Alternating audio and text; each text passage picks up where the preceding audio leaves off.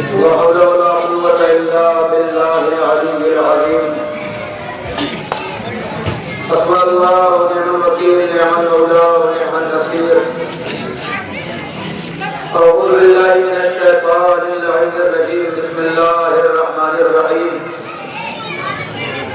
الحمد لله رب العالمين، والصلاة والسلام والتحية والإكرام على أشرف الأنبياء والمرسلين حبيب الله العالمين مولانا ومولى الثقلين جد الحسن والحسين أبي القاسم محمد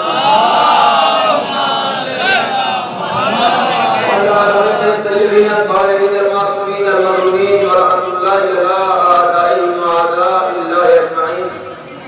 أما بعد، فقد قال رسول الله صلى الله عليه وآله وسلم: بسم الله الرحمن الرحيم. حسين مني وأنا من الحسين، أحب الله من أحب حسينا وأبغض الله من أبغض حسينا. أرباب یازدہ، ارباب غم، ارباب ماتم، ایام یازدہ سرکار عباد اللہ حسین علیہ السلام کے عنوان سے برآمد ہونے والی جلوس حائزہ آج یہ سارے عالم کے لیے، ساری کائنات کے لیے پیغام دے رہے ہیں کہ حسینیوں کا تعلق مظلوموں سے ہے، ظالموں سے نہیں ہے. حسین والوں کا تعلق حق والوں سے ہے، باطل والوں سے نہیں ہے. اور کربلا نے ہمیں ہر موڑ پہ، ہر محاذ پہ، ہر منزل پہ، ہر مقام پہ یہی سکھایا: جب بھی قیام کرنا تو مظلوموں کی ہمدردی میں قیام کرنا، جب بھی کھڑے ہونا تو ظلم کے خلاف قیام کرنا. آج اگر ہم پوری دنیا میں بنام حسین اس غازی کے علم کے سائے میں جلوس اعظم برآمد کر رہے ہیں تو ساری دنیا کو یہی پیغام دے رہے ہیں: یاد رکھو کہ حسین والے ہیں، یہ حسین سے عشق کرنے والے ہیں.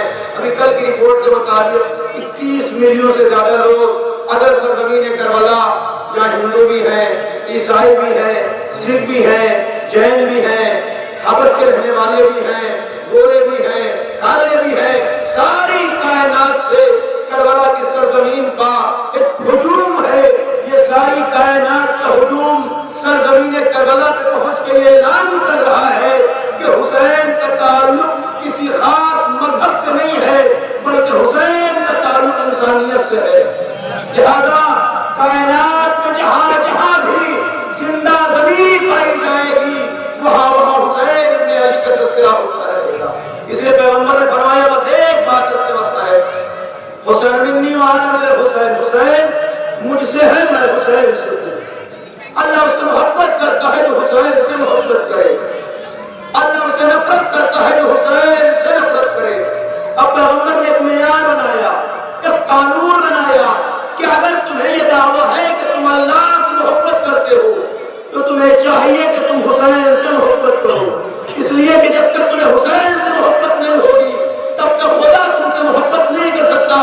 لیکن المیہ یہ ہے جہاں پیغمبر نے حسین سے محبت کا حکم دیا تھا وہیں کچھ ایسے بھی آ رہے ہیں، کچھ ایسے لوگ بھی سماج میں شکل دکھا رہے ہیں جو یہ کہہ رہے ہیں یزید کو رضی اللہ کہا جائے، یزید کو رضی اللہ مانا جائے. میں نے کہا یاد رکھیے گا قانون شریعت یہ ہے کہ اگر عین نجس کو پاک کرنا چاہو گے تو خود نجس ہو جاؤ گے، عین نجس پاک نہیں ہوگا.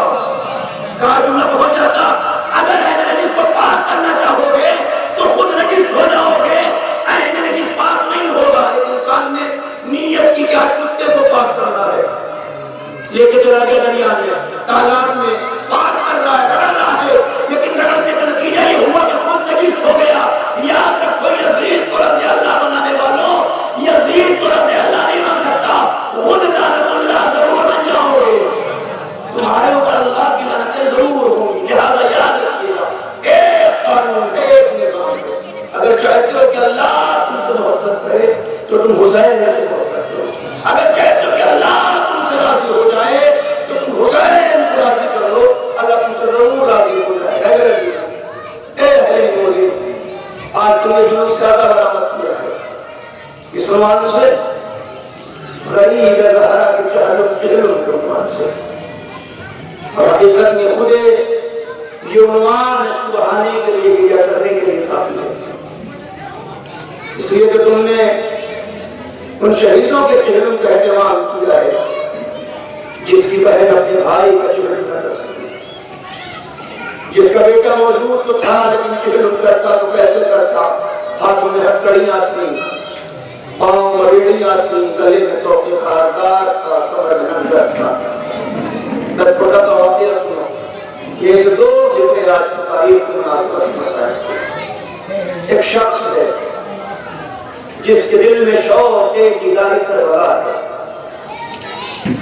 اس کے دل کا ایک ارمان ہے کسی طریقے سے کربلا کی زیارت ہو جائے، اور اگر نیت صاف ہو، دل میں خلوص پایا جاتا ہو تو حسین غریب ضرور بلاتے ہیں۔ تاریخ کے وہ کربلا پہنچا، حسین غریب نے اسے بلا لیا، جو کربلا پہنچا اس نے روزے کی جالی کو پکڑا، جالی کو پکڑ کے کہتا ہے مولا بلانا آپ کا کام تھا، جانا میرا کام تھا، کہ مولا میں آپ کے روزے کو چھوڑ کر جاؤں گا، کہ مولا میں ہی مرنا چاہتا ہوں، یہ اس دنیا سے رخصت ہونا چاہتا ہوں۔ وقت گزر رہا ہے، تاریخیں آگے بڑھ رہی ہیں، وہ ایام آئے جنہیں ایام آزاد ہے۔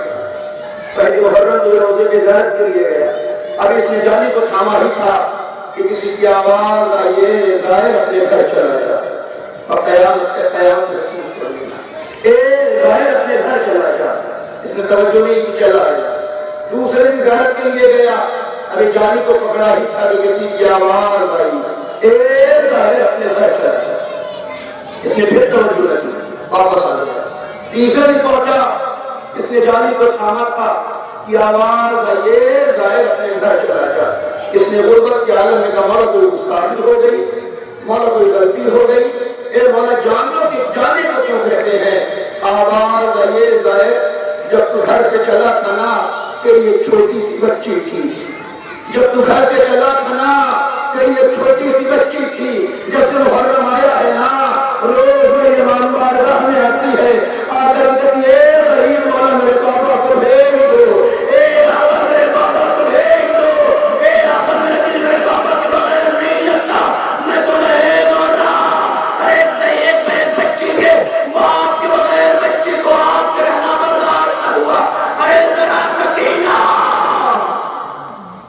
جو روز قید خانے کے دروازے پر آ کے بیٹھتی ہے، پرندوں کو گزرتا دیکھتی ہے، ایک سوال کرتی ہے بھوپی اماں یہ پرندے کہاں جا رہے ہیں؟ زینب تڑپ کے کہتی ہے سکینہ یہ اپنے اپنے آشیانوں کو جا رہے ہیں۔ سکینہ سوال کرتی ہے بھوپی اماں کیا ہمیں وطن جانا نصیب نہ ہوگا؟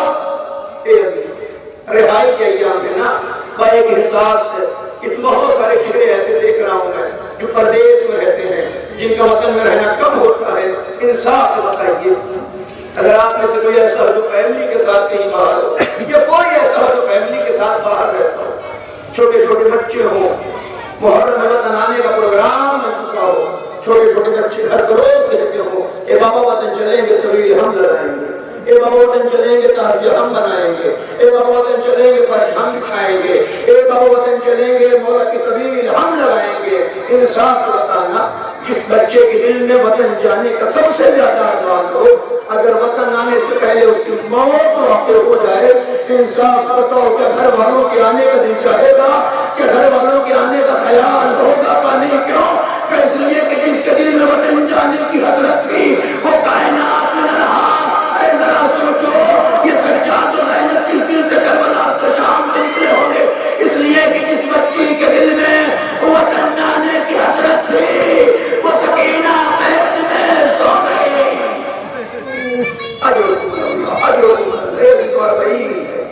غریب کربلا کا چہلم ہے اور رونے کا تکلف نہ کرنا، اس لیے کہ یہی وہ موقع تھا جب بیویوں کو پہلی بار اپنے شہیدوں کے رونے دیا گیا تھا، جب پہلی بار بیویاں اپنے اپنے جوانوں کو رو رہی تھی۔ کب؟ جب رہائی مل گئی، مکان خالی ہو گیا، بیویاں مکان میں آ گئی، کٹے ہوئے سر واپس آئے، لٹے ہوئے تبرکات آئے، بعض جو تصور ہے کاش آپ تک پہنچ جائے مجلس تمام ہو جائے گی۔ کٹے ہوئے سر آئے، آپ سن لیتے ہیں جب سر آئے تو ایک ایک کر کے بیویوں نے سر لیے، لیلہ نے اکبر کا سر لے لیا، فروا نے قاسم کا سر لے لیا، رباب نے صدر کا سر لیا، ہاں زینب نے حسین کا سر لیا۔ مگر کبھی توجہ کرو، کبھی تصور کرو کتنی غربت میں ہے لیلہ، کیا غربت ہے فروا کی، کیا غربت ہے رباب کی۔ اگر اندازہ لگانا ہو نا تو سماج میں نگاہ کرو، معاشرے میں دیکھو، خود نخواستہ اگر کسی جوان کا ایکسیڈنٹ ہو جائے نا تو ماں کو زخم نہیں دکھایا جاتا، نہیں توجہ کی آپ نے، ماں کو زخم نہیں دکھایا جاتا، کیوں؟ کہ اس لیے کہ مائیں جوان کے زخم برداشت نہیں کر پاتی، مائیں جوان کے زخم برداشت نہیں کر پاتی۔ ذرا تصور تو کرو، جب 1 سال کے بعد لیلا کو اکبر کا سر ملا ہوگا، فروا کے پاس قاسم کا سر آیا ہوگا، ارے رباب کو صدر ملا ہوگا، بیویاں کتنی بے چین ہوئی ہوگی۔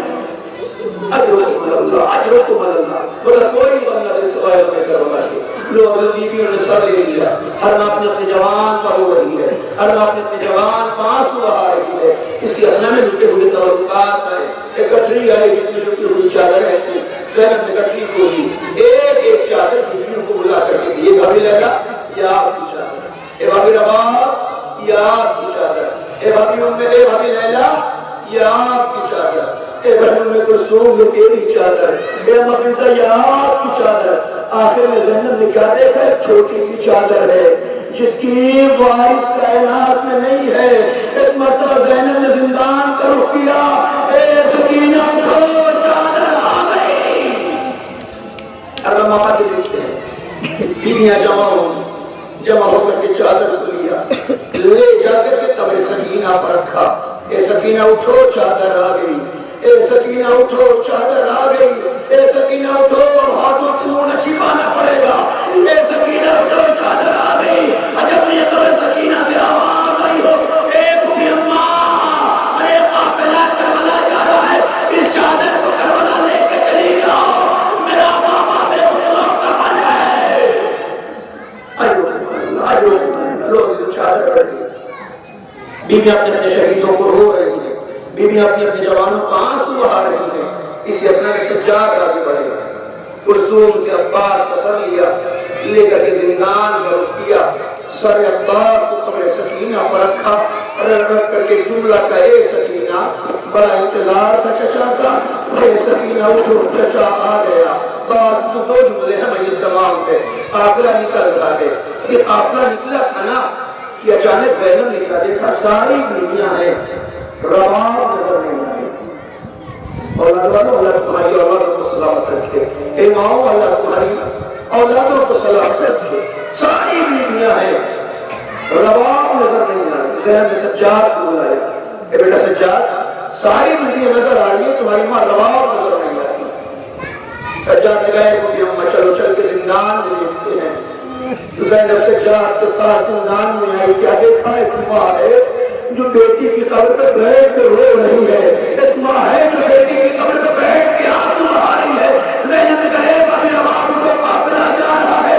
رباب نے زینب کو دیکھا، دیکھ کر کے کہا اے شہزادی، ارے آپ مدینے جاؤ گی، عبداللہ موجود ہے، ارے رباب جائے تو کس کے سہارے؟ سکینہ زندان میں، اصغر مقتل میں، حسین کربلا میں، ارے وہ بیوی ہے جس کی گود بھی اجڑ گئی، جس کی ماں بھی نہ رہی۔ روزی کو قافلہ نکل گیا، اور یہ قافلہ بھیا کے چلم کے لیے کربلا، اور یہ زینب بھیا کے چلم کرنے کے لیے کربلا۔ تاریخ کی جیسی کربلا، جیسی قافلہ کربلا کے قریب ہوا، جابر بن عبداللہ انصاری روضہ سرکار عبداللہ آتے ہیں، آواز آئی اے جابر ہٹ جاؤ، مولا کیوں؟ میری بہن زینب آ رہی ہے۔ زینب آئی، اپنے کو بھیا کی قبر پر گرا لے، بھیا معاف کرنا، یہ زینب شرمندہ ہے۔ اے بھیا جو امانت زینب لے گئی تھی نا، زینب وہ امانت واپس نہ لا سکی۔ اے بھیا تیری سکینہ شام میں سو گئی ہے، سنا دیا سنانی زینب نے بھیا کو۔ اب تو سنانی سنا چکی، ایک مرتبہ زینب کھڑی ہوئی، کھڑے ہو کے سجاد سے کہے سجاد مجھے میری غازی کی قبر بتا دے، آخری فکرہ ہے، اے سجاد مجھے میرے غازی کی قبر بتا دے۔ تاریخ کے سجاد نے زینب کو ساتھ لیا، لے کر کے فرات